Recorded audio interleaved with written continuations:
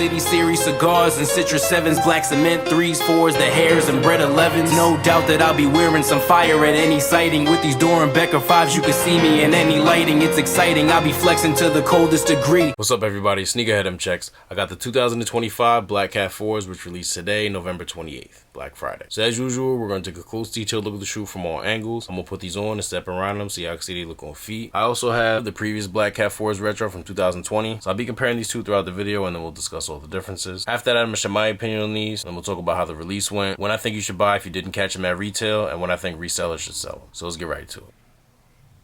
Yeah, I don't know why, but for some reason the suede on these has that like ashy look on camera. It looks fine in person though. Like you look at them next to the 2020 pair, it's a regular black just like those are. And if you look here above the toe box, you see the netting is rubber. Previously it was more of like a plastic, which I have no deal with these. All black everything, plastic eyelets up here, a little gray on the tongue. And yes, these do squeak. A lot of people have been talking about that and posting videos of them squeaking. We're gonna talk about that more a little later.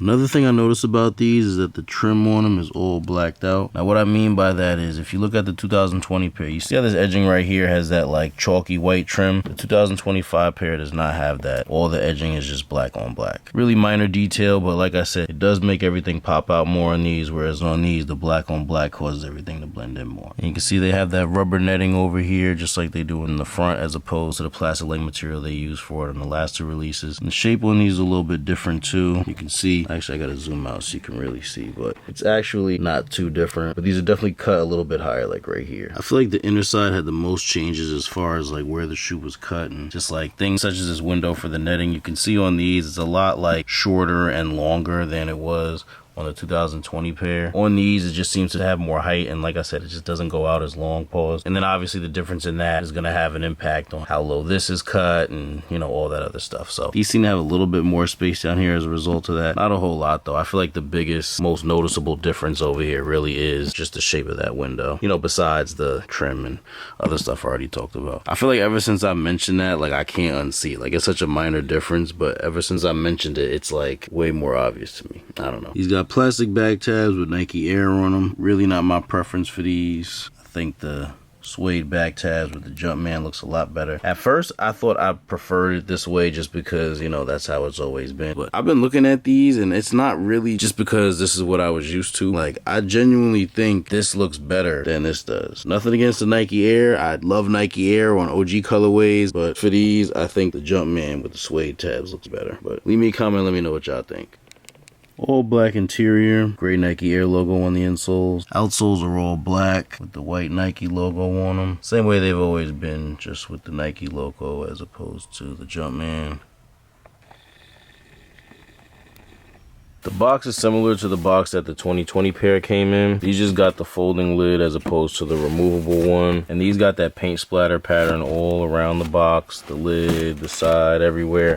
Whereas the 2020 pair, the lid didn't have it. It's just on this bottom part. No logo here, no hole here. Box label's not too different. They mainly just took the women's size conversion off, which in some cases could have been very helpful, but I get why they took it off because it also could be misleading. This shit low-key looks like a size 11 and a 9.5 at the same time. If you don't know your shit, you could just be confused, whereas if you do know what it means and you know you forget the conversion, it's convenient. But I just feel like it might be more confusing than it is helpful, so I get that. But look at the retail price on the 2020 pair, $190 USD. Shit's going up $30 in just 5 years. Inside this white paper, y'all saw before on these, it was the black plastic. I don't know what made them do white this year on the Black Cat shoe. They made everything else black. Shoes come wrapped. Maybe they wanted to do that. Maybe that's why. I guess they didn't want to wrap them in the plastic. Both shoes come wrapped like this. Y'all know how they do this. It's cool, but it's just kind of like mad extra paper at the same time. It's nothing to throw it out, but you know, I'm not complaining. It's nice to protect the shoe. Here's a quick all-around view of the shoe.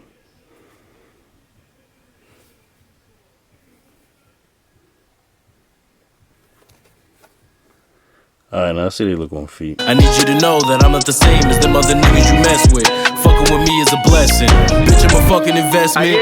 About to go back to my old ways. I'm hitting the gas like it's road rage. I triple my money in 4 days, and I'm getting paper. But I want some more. So I just been looking for more ways. She said the money be turning her on. So in comparison to the previous Black Cat 4s retro from 2020, the 2025 pair has plastic back tabs with Nike Air on them as opposed to the suede with the Jumpman, a thinner and shorter tongue, rubber netting instead of this plastic-like material, smaller windows for the netting on the sides, blacked out edges around here and stuff as opposed to the white trim, a slightly different shape overall, slightly higher cut right here above the toe box, and other little minor differences in cuts and stuff. Like you see how these seem to have a little bit more space down here than these do. Not bad. Quite a few changes were made, but most of them are minor. I definitely feel like each shoe has its pros and cons though. For me, I like the thinner tongue that the 2025 pair has. The Nike Air on the back really kills it for me though, like not in a good way. Like I was saying earlier, it just doesn't look right on the Black Cats to me. I don't know if it's because they changed the material or if it's because they put a Nike Air on the back of Black Cats and that just doesn't seem right to me. It's probably a combination of both, but I just like the back of these way better. But yeah, now that they've been making the 4's tongues thinner, like this shit looks mad fat to me. It never was a thing to me before, but like I said, ever since I got used to seeing them like this shit look kind of crazy to me now. The good thing is when they're on feet, it's not nearly as apparent, and that's really what matters to me. Same thing with the shape, like that's not something that's gonna be as noticeable on foot. So even though I do prefer the tongue on these, I think it makes more sense for me to stick with my 2020 pair. They got the back tabs the way I prefer them. The chalky edges just make shit pop out more. Things that I prefer on these don't really matter as much when the shoe's on foot, so I'm definitely gonna continue rocking my 2020 pair. They're only 5 years old and they've been kept really well, so they should definitely have plenty of life left in them. I'm probably gonna keep a pair of these just as backup, but I most likely just end up selling them somewhere down the line unless something happens to these. Now you may have heard people talking about the squeaking, and like I showed y'all earlier,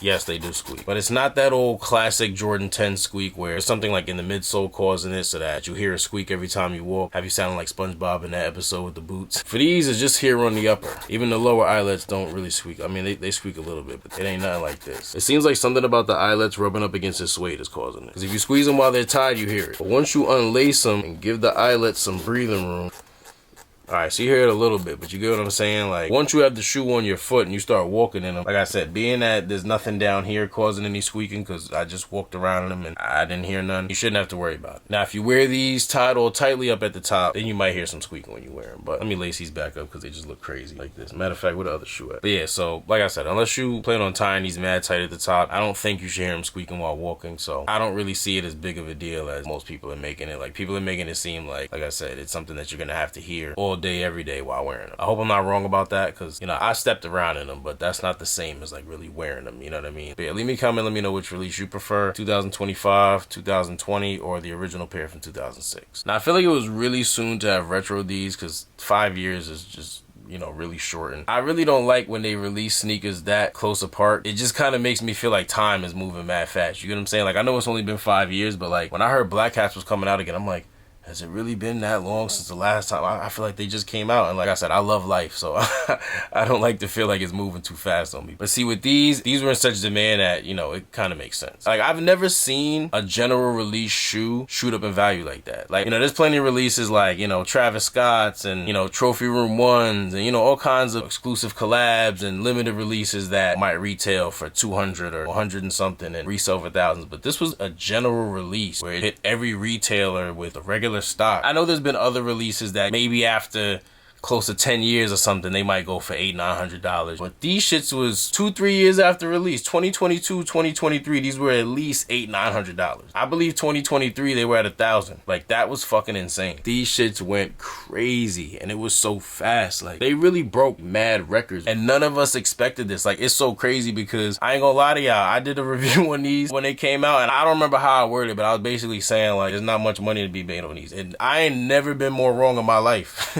Dead ass. Like, these shits was the best investment you could have made. I remember when these first got to like 500 and I was like, okay, cool. Didn't expect to see that happen, but I'm glad I got a pair when I was able to get them at retail. But then they just kept going up. Like, the shit was unbelievable. I thought about selling my pair so many times, but it just seemed like every day they were going up in price. Before I knew it, they were at 800, and that didn't last long. I think within months from that, they were at 1,000. Like, that shit is still so crazy to me. But it just goes to show you what's really in demand now. This shoe really taught me how much people like an all black shoe. Like, I know there are certain people who like to wear all black, they like a pair of all black shoes, they go with everything, but like, this shoe, getting to that price really taught me how many people people are like that. I think people are like that now more than ever. So just the timing on these coming out then, and you know, this is a pair of 4s too. How does Jordan model? But I mean, the prices these were at and still are at is just extreme. I don't think these are gonna do what these did, but don't sleep on these. See, a lot of people have been saying there's a high stock, they're gonna sit. There is a high stock, but regardless of the amount produced, I think the power of the all black shoe and Jordan 4 still being the most popular Jordan model at the moment is gonna overpower all that. Market on these is like 280, 300 right now, depending on what size. That's definitely gonna dip over the next like week or so because the stock on these is high. You know, a lot of resellers got pairs, so as more and more pairs get delivered from online purchases, more pairs are gonna go up for sale, and that's gonna drive the market down. So I don't know how low they're gonna get, maybe about 250. We'll see though, but regardless of how low they get, these are gonna go back up. Like I said, I don't think these are gonna do what these did, but being that what happened with these was just a couple of years ago, it's too short a time for the demand to have changed that much. Don't think they're just gonna sit at 2 something or whatever. Like, we seen what the fuck happened with these. I'm thinking at least easily 400. I mean, they're already at 3 right now. They're gonna dip down some, but you telling me within a year they're not gonna go up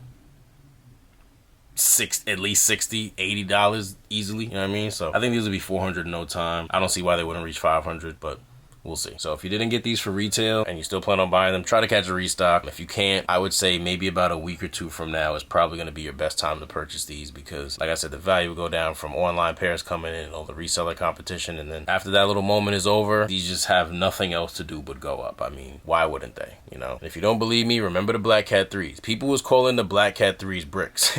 I did not forget that, and I don't remember if I said it in my video. I think I did, but I definitely told a few people, don't sleep on the Black Cats. Do not listen to the people calling the Black Cats bricks, because it's an all black shoe, and even though it's 3s and not 4s, look at what the Black Cat 4s did. And at that time, before we got these, people who wanted that all black pair of Jordans and didn't want to pay $1,000 for Black Cat 4s was definitely going to settle for Black Cat 3s. Basically, I just felt like the super obnoxious price that these had was going to help the Black Cat 3s do what they did. And even though we only had a couple of months of those being out before people knew we were getting these and stuff, like whether these influenced them or not, look at how the price on the Black Cat 3s have climbed up over the last couple of months. I would not sleep on these. If you didn't get them for retail, like I said, wait a little while for the initial hype to go down, but don't wait too long to buy these. Like I said before, market on these is around like 280, 300 in men's sizes. I think like 220 in the bigger grade school sizes. So there's a little profit to be made on them now, but these are probably actually going to be worth holding. I haven't been recommending that for really any shoe lately, just because holding shoes really isn't it like it used to be. A lot of times when I talk about this in reviews, I'm suggesting that y'all sell the shoe right away, get what you can, and keep moving. But for these, you can do that, but I just feel like these should be worth the hold. Now, because there's a high stock, that is kind of risky, but I personally think if you're going to take a risk on holding a shoe, I think this is the one you should go for, but do what's best for you. If this was helpful or taught you anything, I really appreciate if you liked the video. And if you're interested in more comparison reviews like this or any other sneaker related content, please do us both a favor and subscribe to my channel if you haven't done so already. Once you're subscribed, make sure you tap that little bell icon where the subscribe button was and select all. That way when I put a video out, you get notified, you won't miss out on anything. Thank you all for watching. Everybody please stay safe and healthy out there, and I'll see you next time.